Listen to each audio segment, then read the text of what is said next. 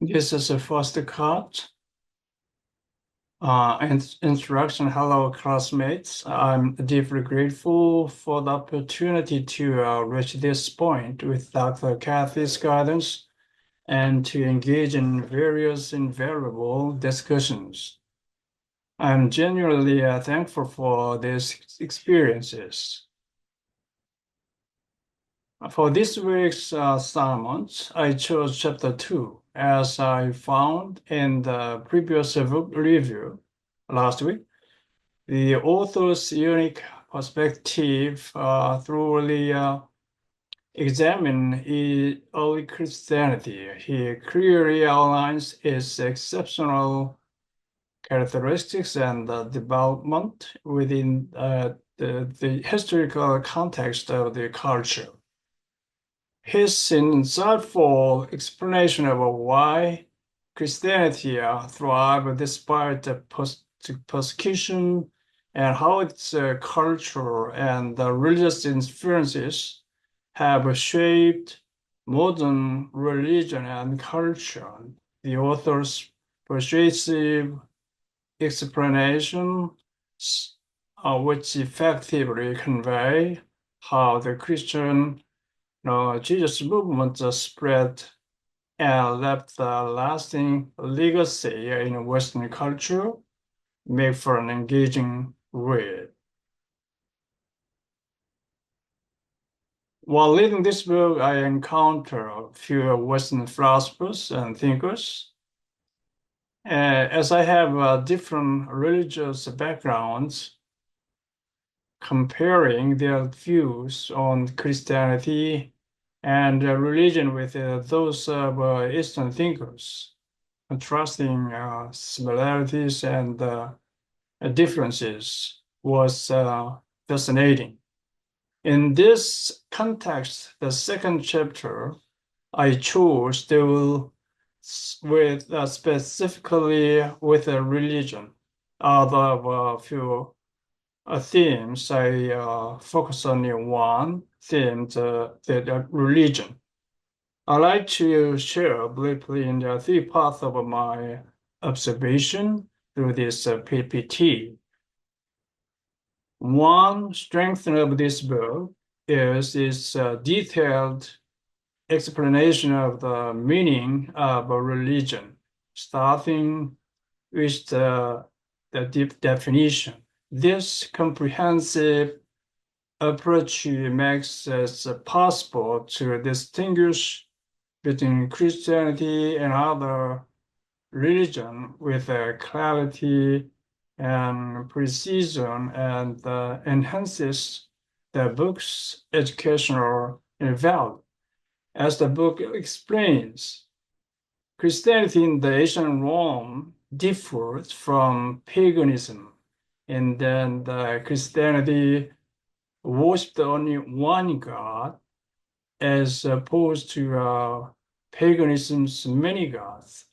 The book also point out that in the Roman times, religion was not separate from the politics or society, but was an integral part of a daily life, including the God of the family. This distinction helped clarify the difference between the Christian God and traditional um,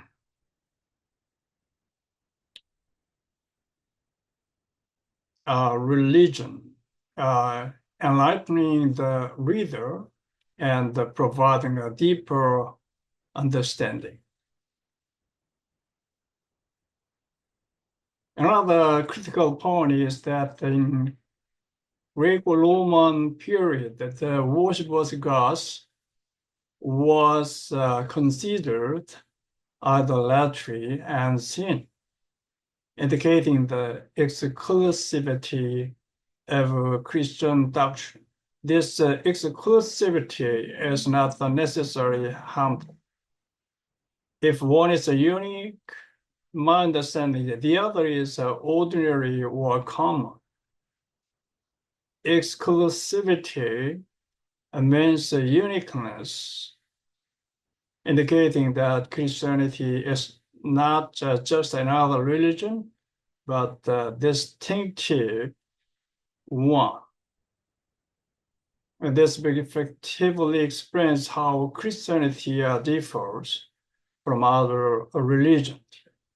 The author argues that the book was not written solely to defend Christianity, but its historical presentation of Christianity's characteristics naturally leads to comparisons, which I see as an advantage.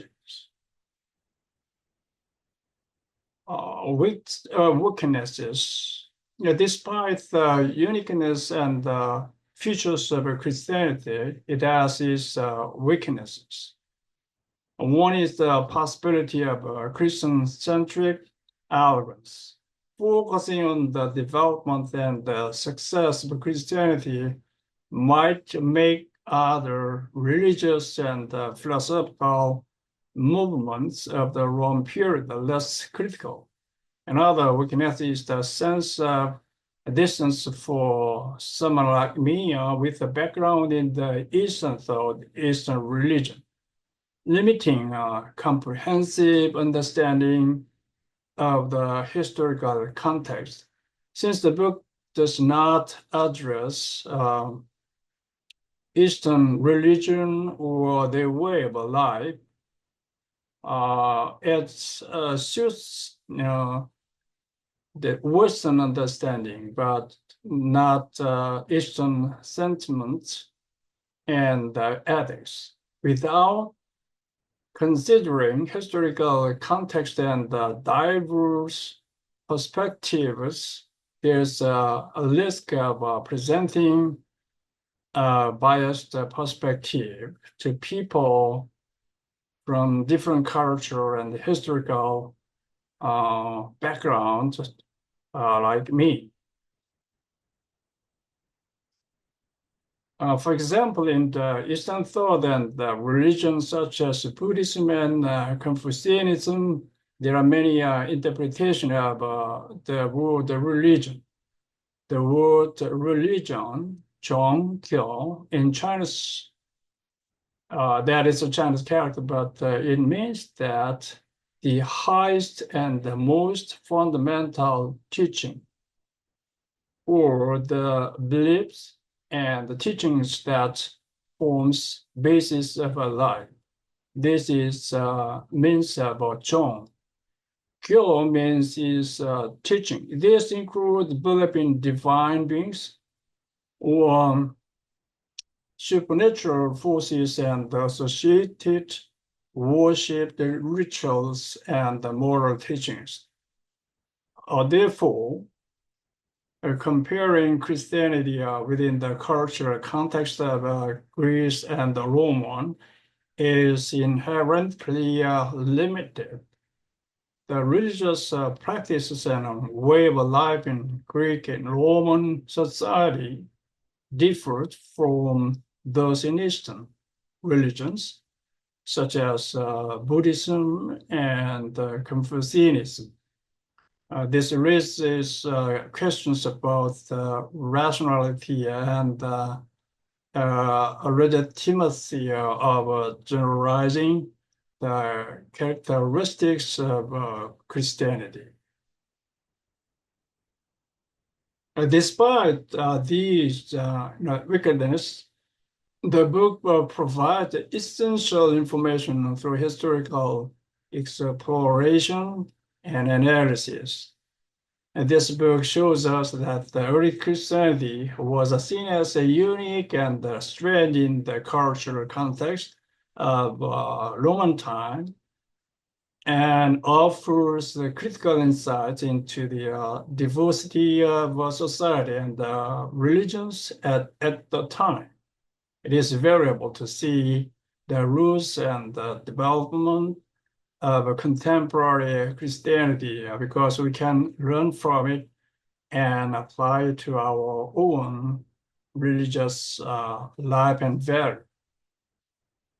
In conclusion, while there are some strengths and weaknesses, this book has more advantages than the disadvantages. Chapter 2 addresses the question about what a religion is. And I believe it is a fascinating book to recommend for comparing and understanding religion and Christianity in the response to the pagan challenges. I also hope to explore the particularities of Christianity from an Oriental Eastern perspective. Thank you very much.